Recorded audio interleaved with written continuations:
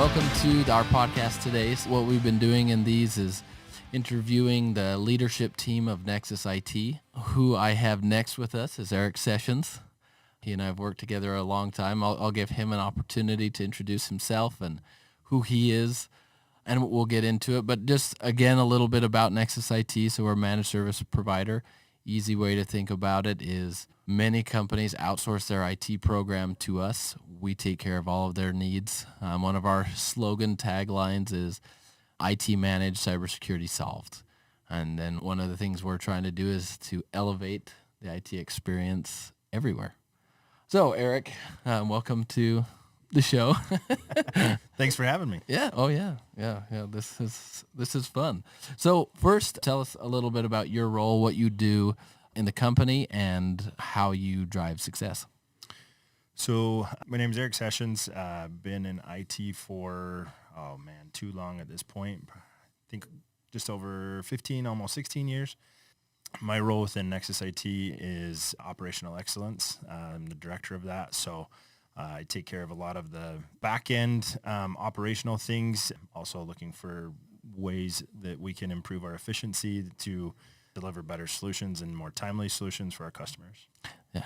Obviously, Eric's very modest. Some of the other things that he's doing that I think is fantastic. I mean, AI is like the biggest buzzword since like cloud. And here we are kind of going through the next evolution of what's the next big tech. And AI is one of those things that I think is going to be a leader and one of those things that we have to deal with. And Eric is using AI and data analytics to improve all of our processes, not only for our team to be better, but also for the customer, how to drive value for them, which I don't know if a lot of managed services providers focus on this. And this is kind of one of the many nuggets of what makes Nexus IT a little bit different, is that we're looking for, one, not only how to create a better experience for our customer, but to create a better experience for the customer within their own company, because they're basically outsourcing that to us, and then we're streamlining that and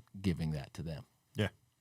Yeah, and the technical landscape is changing so much with AI, and being on the forefront of that change is going to be critical for all companies, especially for a managed service provider to be able to incorporate automation and, allowing technology to make us better, and in turn, like you said, Jake, make our clients have a better experience and kind of just break down the pain of IT, because nobody wants to call IT, the stereotypical IT people that you deal with. We don't want to be those guys. So it's nice to have a lot of tools in our stack that we can rely on, and they can help us be better and be more efficient. Yeah, love that. All right, so next, one thing that I love to ask is, tell us about what got you here. First, your journey in IT and building that out, and then obviously as a founder. Eric is one of the founders of Nexus IT, which is awesome. So what your journey is there, and then the next half would be what your journey has been as a leader. Yeah, so my journey, I've always, since I was a young kid, I always had a passion for technology.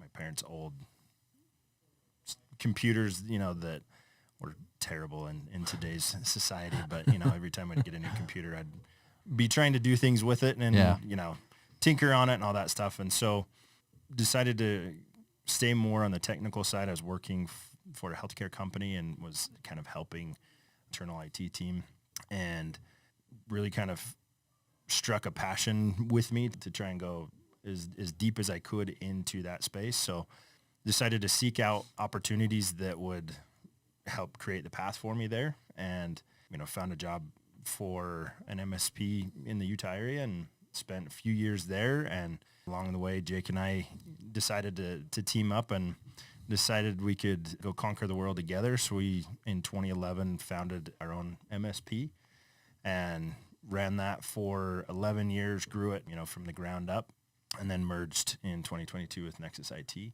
And brought our two teams together, brought our client bases together, so that, ultimately it's to better serve the customer, and then also provide more opportunities for our team members to grow, to have career opportunities, and also provide better solutions and more diverse solutions. So I forget the next piece of that question. I'll make a comment and then I'll ask the second piece. So we'll probably have to have another episode on just what the journey was. Our previous company that got merged in, it's now part of the structure of Nexus IT, was Intellitek's.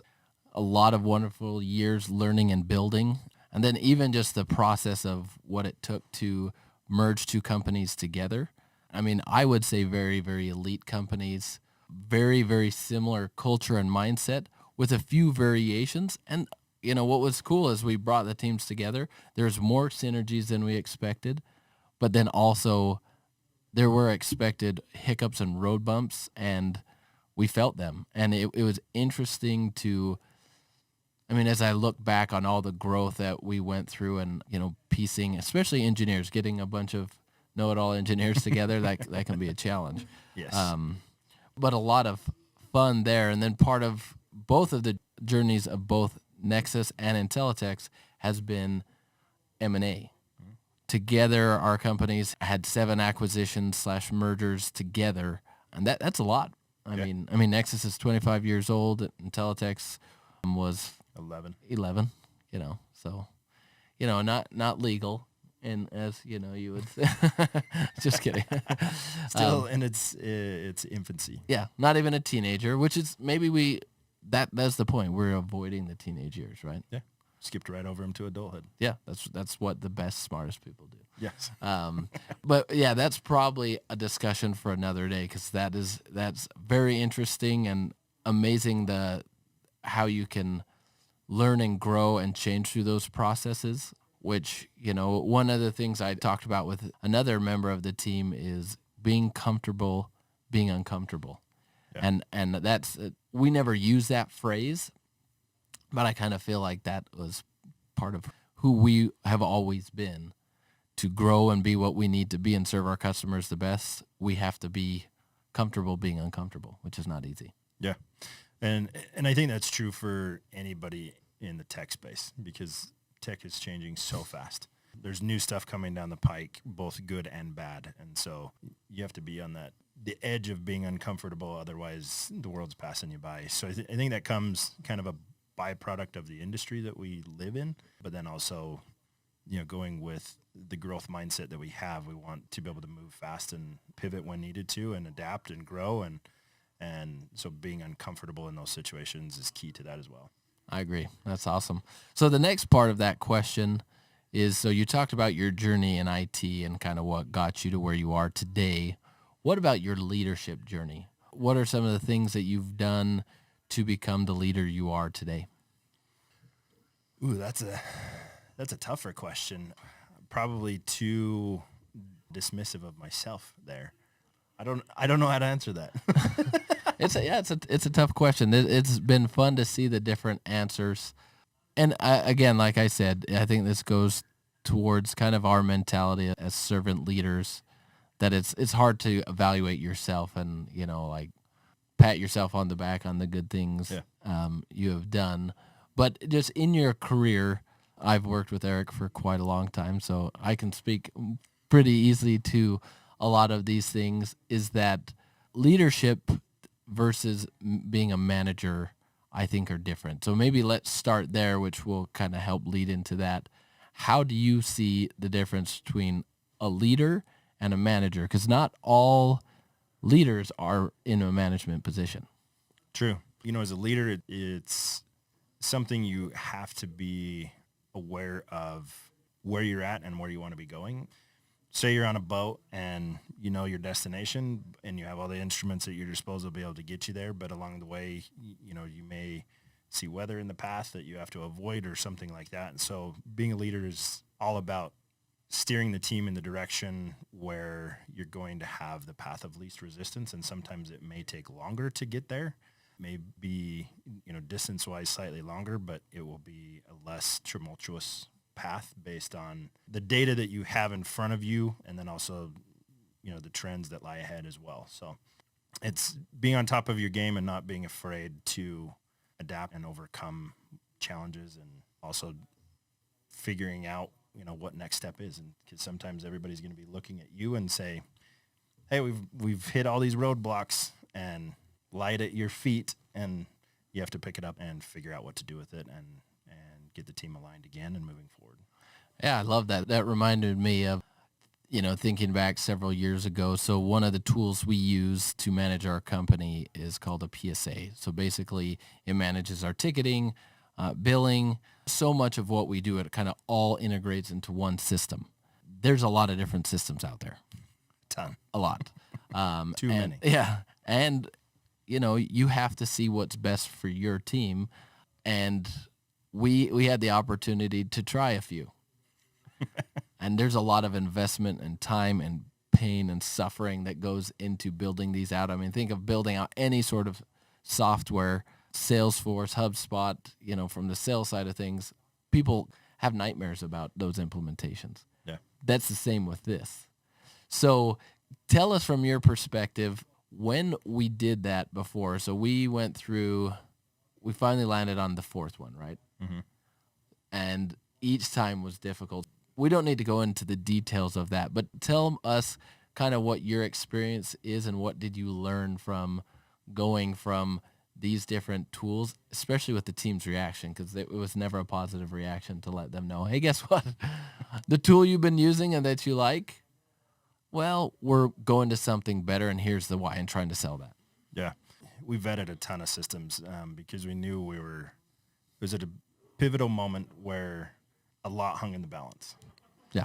And ultimately, we chose the platform that has the most ability to integrate with all the other solutions that we're using, and they're the most forward thinking versus being stuck in their own little box. And, that was a very critical piece because, again, looking at, all the tools that we have available to us and figuring out where we need to be going, biting that off and putting a sizable investment in time and money into yet again another platform, that was a massive hurdle. But by making that investment at that time, I feel like put us, at least a good 8-10 months ahead of where we would have been otherwise.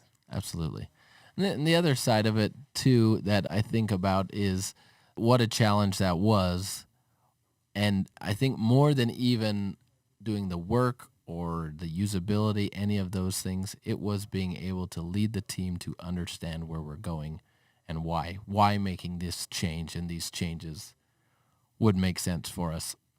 What would you say is one of the biggest challenges that you have faced as a leader?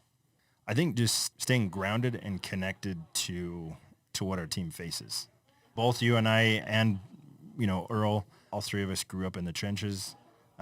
We have been there, done that. We've racked and stacked. We've, done all-nighters. We've rebuilt servers. We've revived servers from the dead, dealing with critical system outages and all of that stuff. And through that has taught us a lot about what our team faces day in and day out, but also staying connected to that while yet we're removed from it as we have a bigger team, a larger organization, and we're going in different directions than we ever have been through, but yet we got to stick true to, what we know the team is facing so that we're not pushing them too hard or expecting too much of them and, exhausting them unnecessarily. Yeah, I love that. So I wish I had a way to paint the visual, but I think a lot of times as leaders, our job is to kind of be a shield to the team and be able to step into the darkness. And we don't know what's coming. If you've ever hiked at night, there's always that time when, you're walking through the forest and something whacks you right in the face because you just didn't see it. And as leaders, I feel like that's kind of our job. We do that. We cut the way, and sometimes it's not perfect. Sometimes there's a lot of shrubs they're still cutting, but we're protecting them and providing that, like, this is the way to go. We know what we're doing. We're on our way. And then when we fall, admitting that, hey, we went the wrong path for a little bit. That's kind of why I like bringing up that PSA journey is, we thought every single time we picked one, we thought we were on the right one. Yeah. And we thought we made the best decision. And at the time, it probably was the best decision. But then willing to pivot and change, knowing the pain that will come, knowing that, this is going to be a stretch for you and the team. And, it can exhaust people. Like, I thought, what you were doing, so why are we making this switch again? and being able to resell it to the team and bring them home. Yeah. I think is important. Yep. For sure. All right. Tell us some of the things you like to do outside of work. Who is Eric Sessions when not at Nexus IT? I love anything outdoors. So at home, wife and 3 kids, ages 13, 9, and 4. So they're pretty well spread out, which is fun because we get to do all the different things at different stages. Sometimes when we feel like we're the grandparents at, a 4-year-old soccer game, that's not as fun. We probably should have a little bit older child than that, but life happens. So we love to camp in the summers. We love to play in the snow in the winters. My son just picked up snowboarding, and so that's been fun this past winter. But, outside of that, just try and spend as much time as a family as we can and go play in the mountains and disappear for a while and go play on all the dirt toys and everything else. That's awesome. Yeah, I've been able to enjoy some of those times with you. So, and I agree. That's how I feel. So one of the questions that I talked about before, but I'm kind of modifying on the fly is, there's this notion of that people talk about of work-life balance. And in one of the discussions we had where we kind of focus on that there's the balance can be different for each person, and balance might not necessarily be measured in hours in a day, meaning that, sometimes we do need to put in the extra time at work. Yeah. And then sometimes we need to put in the extra time with family or with a specific child or friend or whatever it may be. Like at Nexus, we're involved in a lot of awesome things like Make-A-Wish Foundation. And, that is still an investment of time. Even though it's good, it quote unquote, if you're looking at everything in hours balance, you're never going to be in balance. So what do you do in your life? What are some successes, or what's the road you're starting on to success? Because I think we have to iterate this. Yep. But how do you strike a balance with the things that are most important, but making sure that, it's tough, especially as a leader, you need to be there for your team. But as a father and a husband and a friend, you need to be there for others. So what are some of the things you found success in that you do to maintain balance? Or when there's not balance, how do you address those things? That's kind of a lot of questions, but still. Yeah. So I think the most important thing is being present wherever you're at. So I know all of us are connected to devices at all times. All of us get Teams messages and Slack messages and emails and phone calls, texts, everything. But a lot of it today, I think, is you need to be present in where you're at. So if you're at a kid's sporting event, be at the kid's sporting event. Don't be collaborating on Teams. If there's a catastrophic emergency, obviously that takes precedence because, that's what puts food on the table and shelter for the home. But by having good team members that are around you and instilling good competence in them to be able to make decisions without you having to be tied to it is key. And then also, just being intentional about what it is that is the most important thing you should be doing at that given time. A lot of times, there's pressing things or urgent things that you have to get done at work and get them done. And then you have the ability to, escape for a minute and go to a kid's play or, an event at the school or something like that. But again, just being present in wherever you're at that time. I love that. I know that's something I struggle with. I think it's an easy tendency to want to show up where we get the most rewards. And sometimes I think that's the easiest reward system is at work. Mm-hmm. There, quote unquote, can be the most recognition or whatever it may be there. And so I love that, being in the moment, put your priority at the time you're at. Then you're giving, whoever you're with, you're giving your all. Yeah. And that actually, I think, will create more of a connection with people and make them feel like, you have their back because you were there. You're not like, I'm listening. What? Yeah. I think it makes a huge difference. Yeah. Yeah, it does, especially where everything is so connected these days and anybody can get a hold of you on, 15 different platforms. But, sometimes there's stuff that needs attention being given to it. And other times there's stuff that it's like, no, this can wait. It's just, whatever communication it is, it can wait for an hour or two or something like that. And I'll respond at my next availability. Yeah, I love that. So kind of changing the script a little bit, different direction. So let us know, are there any books, podcasts, anything like that that you have leaned on or continue to lean on to help you as a leader and as who you are? Because I mean, in every facet of your life, I feel like as we grow our mind and harden ourselves to be better and push ourselves, that much more every day, those tools help. And so sharing with our listeners, what are some of the tools you use that help you be great? There's a number of things out there that I've listened to. There's several books by Stephen Covey, great books. Brene Brown has a bunch of books out. Why am I drawing a blank on? Simon Sinek? Yeah, Simon Sinek. And I knew you'd read my mind. Yeah. But yeah, Simon Sinek, he has some great books out there. I've listened to most of all of those authors.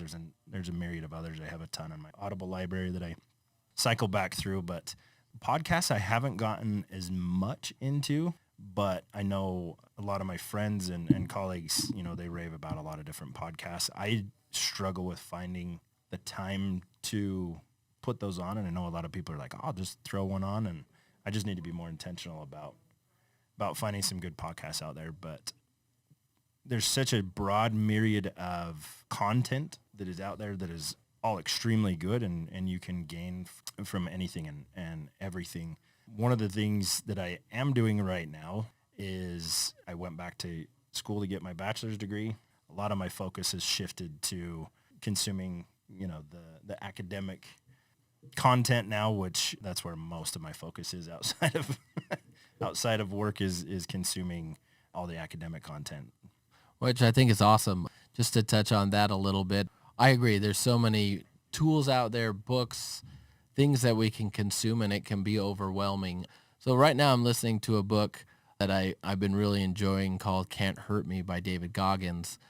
And one of the things he talks about is, focusing and challenging yourself in different ways. Now, he was like an ultra marathoner. He, was a Navy SEAL, went through Army Ranger school. I mean, he went through BUD/S 3 times.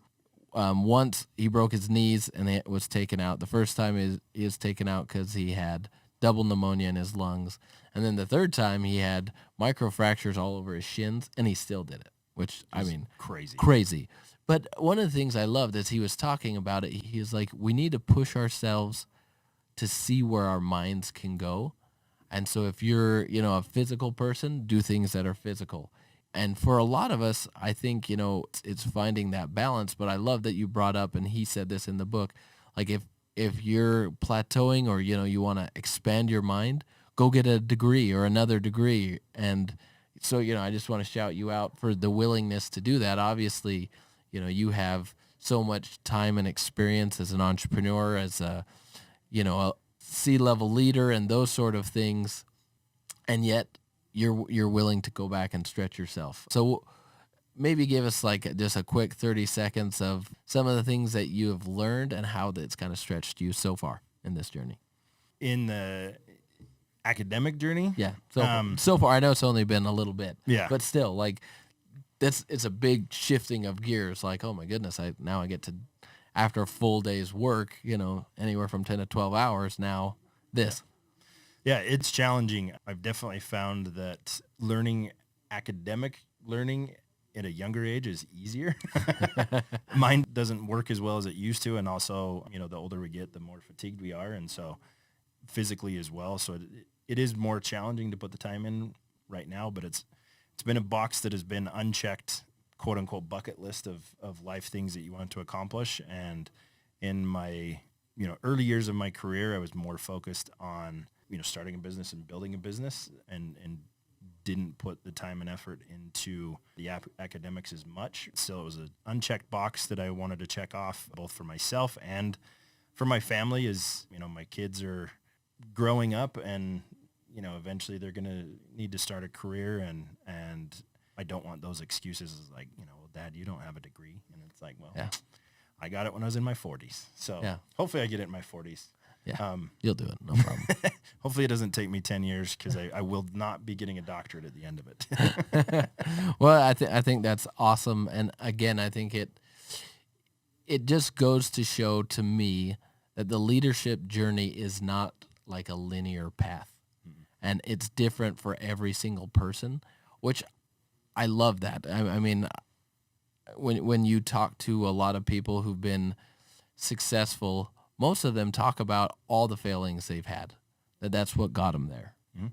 And everyone sets these goals, and just because we don't get them in the timeline we think we should get them in, really doesn't matter. Yeah. Like, I think those are constructs that we kind of build in our own head. Like, I love that you're going back to do this because this is what you've wanted to do for a long time. Now, is it going to be easy? No. Quote unquote, is it going to gain you too much in your career? No, you've built yourself to where you are today. It's not a need, but it's something that you want to expand your mind. And then the other thing that I'm kind of jealous with this opportunity is you're going to be able to see things in a different way because you're farther down the line. Mhm. And so that's kind of cool. You'll be able to piece things together. And, when you're going through school, a lot of times you're learning like behavioral sciences and you're like, I will never use this. But now as you're going through it, I think you're able to put things together like, oh no, I deal with this every day. Yeah. Yeah. It is interesting. Most of the relevant course content is geared for people that have yet to start their career journey. And so a lot of it is very basic instructional information. One of the course I'm working on right now is business communications. And it's like I have to, draft my resume and cover letter. And it's like, oh, I know how to do that already. So see if I pass the course, whether I am successful in that or not. But it's nice because there is so much knowledge that I've already gained by, being 15, 20 years into my professional career that can be so applicable to school, but yet there's foundational knowledge pieces that may be missing that it helps fill in those gaps to create a solid foundation instead of, a fragmented foundation. Yeah, I love that. I kind of feel like with every year that passes, I realize that really we should all be hungry to learn, and we should want to learn everything we can about the things that interest us and that we're doing every day. Like, I'm trying to learn more and more about how to be a better leader in my role in the revenue teams. And yes, I have experience, but there's so much I can learn. Yep. And one of the things Simon Sinek talks a lot about is it's okay to ask the dumb questions. You should. Yeah. Because if you don't know, you should find out. But everyone should find out. And so, I just give you props for your willingness to, one, pursue a goal that has been important to you and your family, and then, the grit to do it, because it's not easy. And you could give up at any time and like, oh, I don't need this, but you're doing it because it's important to you and you're going to gain a lot from it. So just shout out to you. Yeah, appreciate that. So the last question before we close up is, share us something surprising or interesting about you that people might not know. Surprising or interesting? Whew, that's a great question. I try to be pretty open about most stuff, so I don't know that I have a lot of super skeleton in the closet. But while I don't show a ton of like emotion, and I may always kind of have that gruff exterior, kind of non-approaching face, I guess, if you will. I'm a big softie. I'm a teddy bear at heart. I can attest to that. And ultimately I want the best for everybody. I want everybody to achieve their goals, and how I can help them along that way, I'm happy and willing to do. I'm not the best at communicating that or probably showing that to people, but it's through the little things that I want to be able to help people. I think through all of this, and that's kind of what it is to be an entrepreneur anyway, is to create opportunities for other people to achieve their goals. So it kind of goes hand in hand with, personally what resonates with me. I love it. I love that. Yeah, I think it's, knowing Eric for a long time, what I love about him is that he's willing to hold the bar high. And, there's always times that we want people to lower the bar for us, or to be like, hey, I get what you're going through. And Eric has done a great job. We've been business partners for a long time, and work together. I should tell you a super funny story about some pizza, but I'll save that for That's a whole another other time. discussion. Yeah, that was a great one. One of our first big, like, oh man, little blow up, and it's my fault. I was a punk, but I love that his willingness to like care more about the person and their journey, whether it hurts them or not, and not in a like a mean or negative way. We talk a lot as a leadership team the difference of being nice and kind, and being kind and to someone is giving them the truth and helping them along the way. And it might not be easy, just like I talked about earlier, the whole notion of get comfortable being uncomfortable.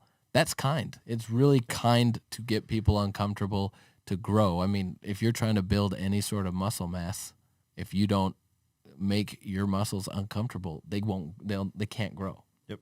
And the same thing is with our mind, with our career, with anything we do, we have to be able to manage that stress.